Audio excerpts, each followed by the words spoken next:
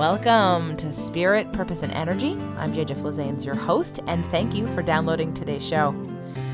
So before we get started, I want to make a few announcements just so that everybody is aware and planning. It is October 2018, and we are only 3 months away from the January releasing What Weighs You Down. So we have moved to a 3-pay plan starting now.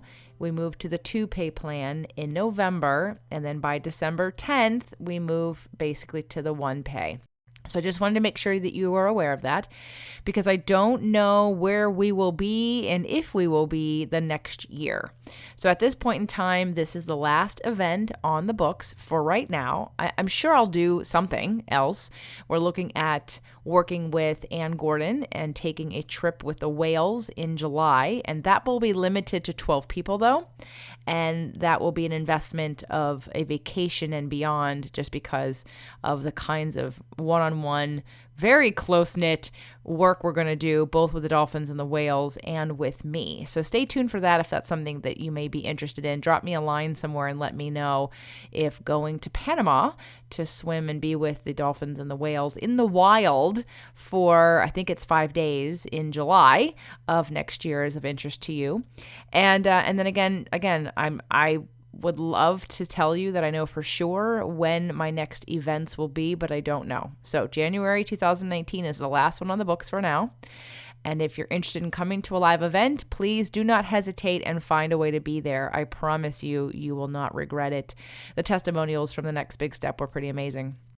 So that's the first announcement. Second announcement is that you can get a free copy of my book, The Invisible Fitness Formula, 5 Secrets to Release Weight and End Body Shame. You can get a free copy at jjflizanes.com/book. And for those of you that still don't know how to spell my name, it's jjflizanes.com/book.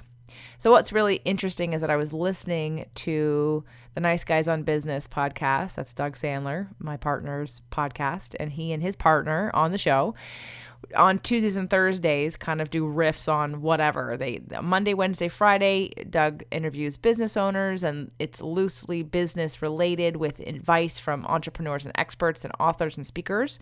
And on Tuesdays and Thursdays, it's a more fun show, and they use colorful words. And I was listening to the show the other day, and I heard them go through their reviews of people who've listened to their show on iTunes. And one of the reviews actually mentioned me, and she said something like loving woo. Now, their show is not woo-woo, but it said something like love Doug and Strickland, blah, blah, blah, but love, love, love, love, love JJ. And I thought, was that a real review? So of course I had to pull out my iPad and look up podcast app and try to find the reviews. And sure enough, it really was. So if you're that person who wrote that review on the Nice Guys on Business, thank you. I appreciate it.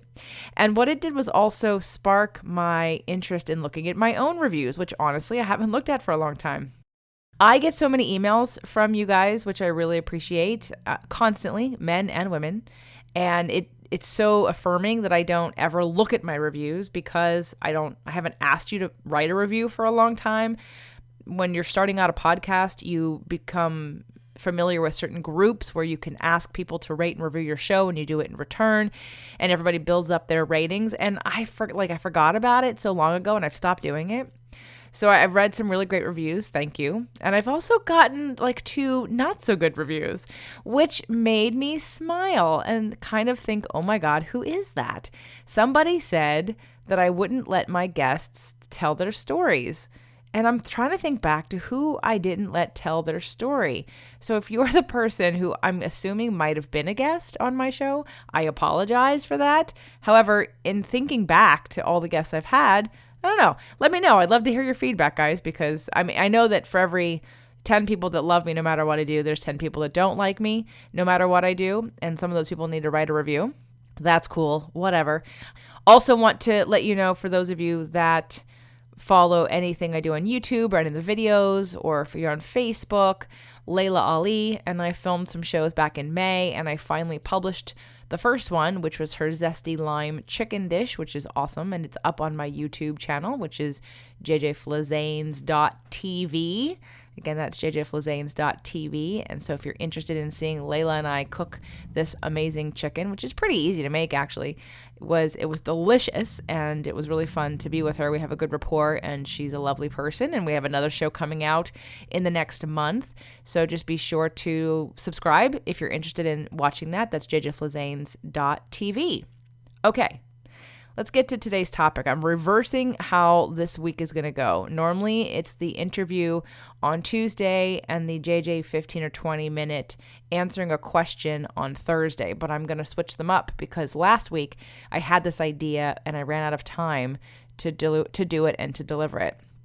And I think that my channels are the perfect place to bring this up because I forget until I go into someone else's room or someone else's community or on someone else's show. I forget who else exists because I attract you, and people like you and people like me have an understanding, I believe, at least vibrationally, about what feels in alignment. And I was invited on someone else's show, and they love healers, and they love law of attraction, and they love spiritual people like that. So I thought I would fit right in. I thought that, wow, they love law of attraction. And of course, it really floored me to find out that this community is a group of people who I would call spiritual victims. And I say that lovingly because there are healers in the world. I mean, Lisa Thomas is one of them. She does something that she teaches you how to do it yourself. When you come to the event or you buy a virtual ticket, you can learn how to do it yourself. But she also has clairvoyant powers and gifts and things that we love. But there are healers out there that do work that you aren't participating in, and they do it for you. It's like going to the gym for me not as a trainer. When I work with you one-on-one for personal training, even if I'm not in front of you and we're just on Zoom or something, I still see you. You still have to do the work. I'm creating the program and guiding you, but you still have to do the physical work. And if we talk about you doing your own exercising without me, you still have to do your work on your own too. So there's the idea that people can help you do things and they do them for you, or that you're involved in it. And when it comes to products and services and business and things like that, delegating is awesome. And the more that we can delegate in our lives, regardless if you're a business owner or not, the easier life becomes. You spread the money around, you increase your sphere of influence, you get to affect other people's lives. So by all means, delegating is a good thing to do.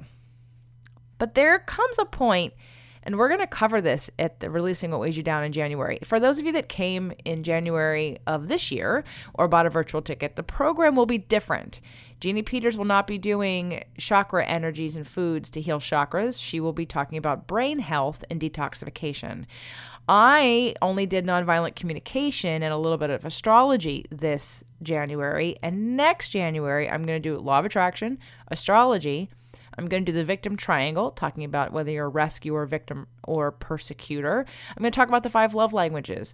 And we're talking about personal dynamics as well as going back to that communication between spouses and people, and how do you determine how to be in relationship with anybody, especially yourself, of course.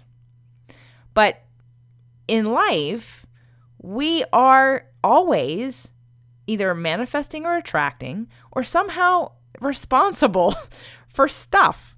And when I was on this program, I realized that I was not with my tribe. I was not with a bunch of people who were spiritual, who understood law of attraction or understood that they participate in their own attraction. You have to. There's no way around it. And it's like what I used to joke about with a friend, an old friend of mine, who would go to the astrologer, or go to the clairvoyant person, or call the psychic, and I have no problem with any of those people. They're all on my show and I know them all.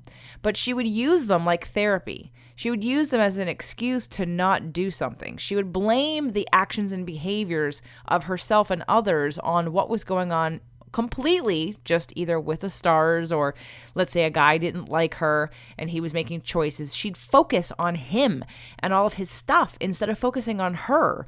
So it wouldn't really get her very far. And it was always interesting to me. We were not friends anymore, but because I was starting to grow into the place where I looked at that and thought, that's not useful. Why are you spending all these hours with these experts and time focusing on the other person? The only person you can control is you. So after being on this program and realizing that a lot of the people don't take action, yet they call themselves spiritual because they work with all these healers, I thought that's a spiritual victim. And that's like a new term for me, because to me, while I believe in creator, source, God, all there is, I don't think we ever don't have control over our thoughts, our opinions, our interpretations, and our actions. So it was a really interesting, profound experience. So my question to you is, how many times do you say things like, well, I'm leaving it up to God, or, well, I'm leaving it up to whomever? And sometimes that is appropriate. There are circumstances you cannot control from other people, responses from other people, that giving up and surrendering is absolutely the right thing to do.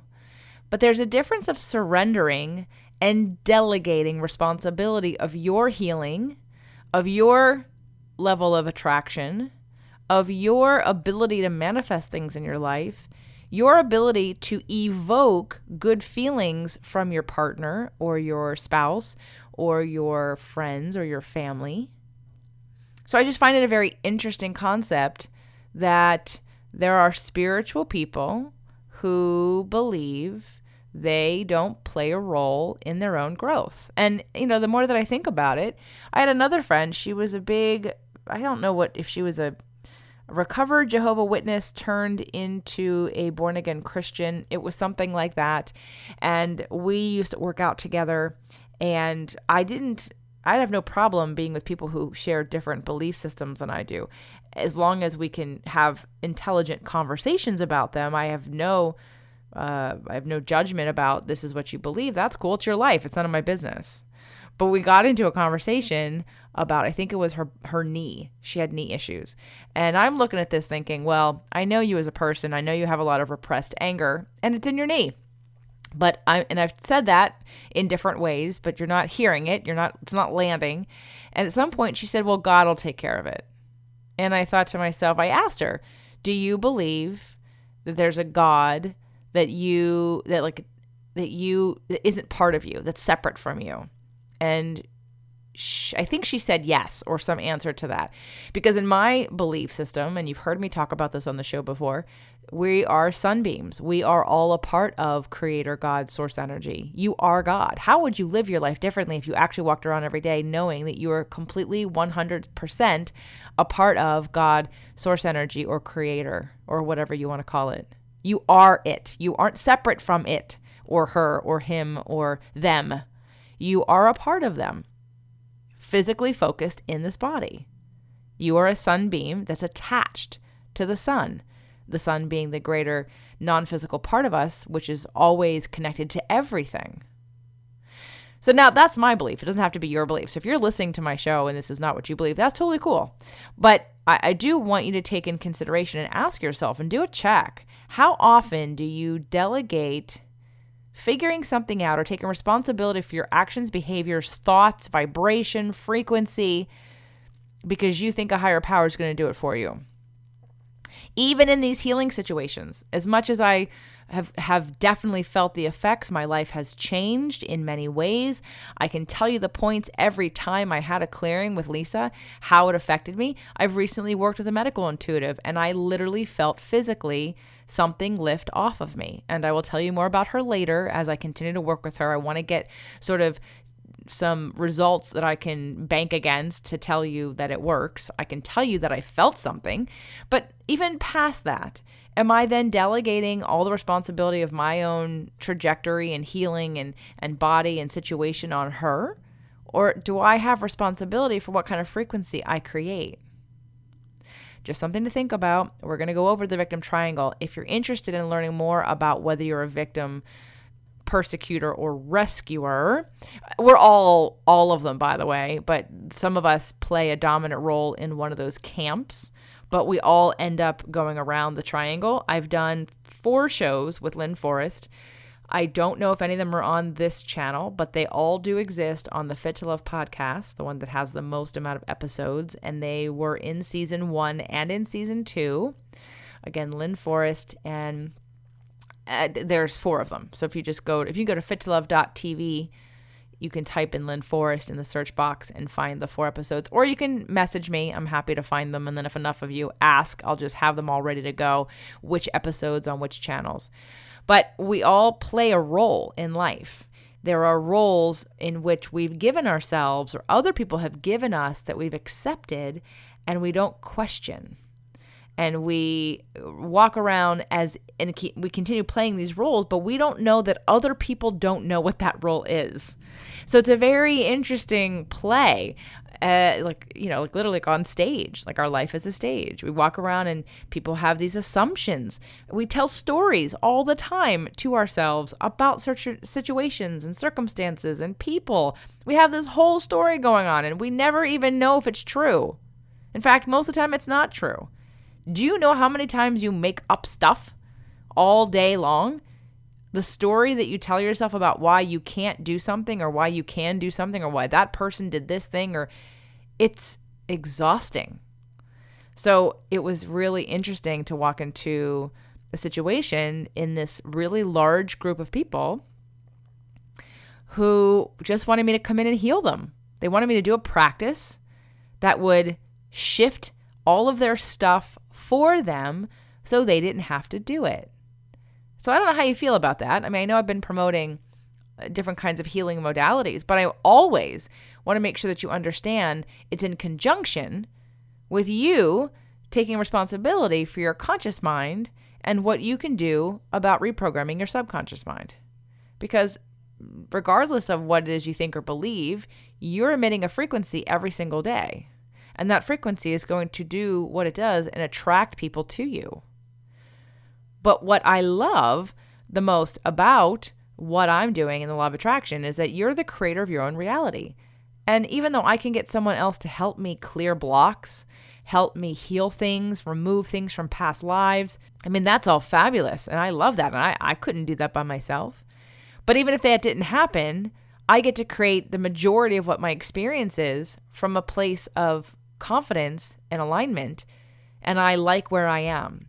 And everyone else gets to help me move to the next level, but I'm still the creator of my own reality at every stage of it. So are you a spiritual victim or are you empowered? My guess is if you're listening to my show and this is not the first show that you've heard, you're someone who understands that you have the power to change your life. All parts of it, every part of it, all day long. And that is a perfect segue to remind you what I forgot about at the top of the show is that we are getting ready for our last manifestation challenge this year for 2018 happening in November. You can go to jjflizanes.com. There's a tab that says free tools and resources. And underneath that, you will find the manifestation challenge. It is 30 days. It is free. When you sign up, you'll also be invited to get the manifestation starter pack. Now, those of you that have already signed up before, this is something new, but it's a manifestation starter pack. And it is basically all the audios that I've created along with some other support materials that you can start using right now and that you get to keep forever. Because for those of you that have been on the program, you know you only have access to a few things that we use for the 30 days, and then we change the password and you don't have access to them any longer. If you want to keep using them, they are up for purchase. The point of the manifestation challenge is to proactively, in an empowered way, have a practice or dedicate yourself to a practice every day for 30 days or as often as you can in 30 days to be responsible for your frequency and your vibration, for the story that you're telling, for the feelings that you're feeling, for the frequency that you're omitting, and for getting really clear that it doesn't matter what it is you really want. It really doesn't. The only reason you want anything you want is because you think you feel better when you have it. And the point of manifestation is that the reason why lots of good things come to those who already have lots of good things is because they're not focused on what they don't have. They're having lots of good things. So I'm not saying that the things matter. It's the feelings that we're all searching for. It's the feelings that we're searching for. It's not the stuff. And if you could find a way to get to the feelings without having the stuff, first of all, you won't even need the stuff or the person or the experience. But then you're more likely to get it because you don't need it and because you're already in alignment with it. So that is the point of the manifestation challenge. I'm pretty sure I'm not going to run one in January because I have my event. So I might do one in February. But as of right now, November is the last one for this year.